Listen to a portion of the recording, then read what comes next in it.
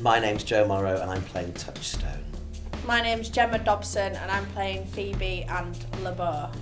I'm Adam Kashmiri and I'm playing Jaques. You forgot that. I forgot. The play starts off with two sets of brothers who are in conflict with each other. So you've got Duke Frederick and Duke Senior. Duke Frederick has banished Duke Senior to the Forest of Arden. And you've got Oliver and Orlando, and the opening scene is Oliver telling Ada, his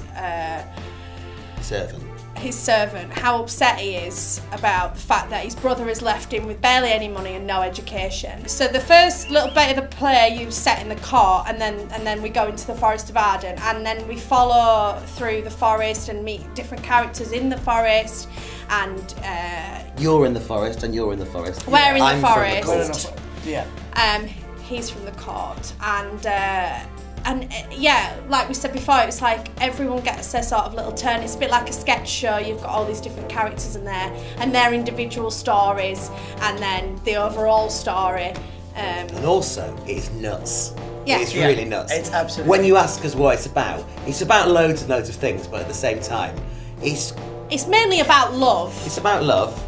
And all the different many forms that it comes in. Yeah, and trees. Self-expression. Trees, definitely. Yeah. And self-expression, I guess. I think it explores heavily a lot of themes of how we express ourselves, whether we're alone, we're in love, or just even in a family kind of relationships. Yeah. And I don't know, the way I kind of see this play, it's kind of like, this is an entirely personal opinion, but it's kind of an observation, that when we look at the court in my opinion kind of represents the world we are set in right now. Everything is ruled and looked at heavily and kind of criticized and managed very closely and in detail, while the Forest of Arden, I don't know, in my vision, it kind of represents humans and human nature before we had those rules. It's kind of like the forest where you can wear whatever you like, you can be whoever you like, and you can fall in love with whoever you like. There's no rules, there's no societal rules. Yeah, it's as you like it. It's as you like it. Put that in. Love Put that in, that's that's good.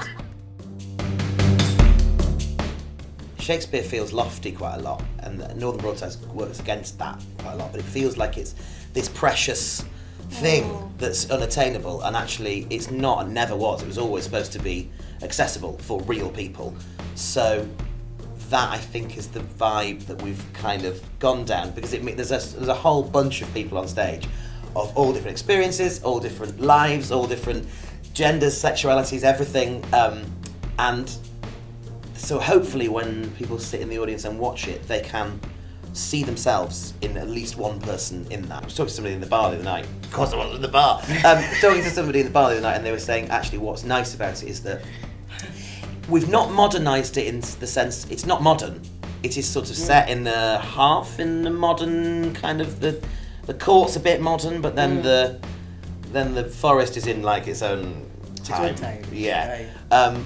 But what we have done is we've been able to put a modern sort of sensibility on it. So a contemporary audience can get from this, 500-year-old language something, we're doing modern patterns of speech and modern rhythms and modern inflections and modern physicality with it. So it's not, blah, blah, blah, blah, blah, blah. Yeah. It's a bit more, hey! Yeah, exactly that. Yeah.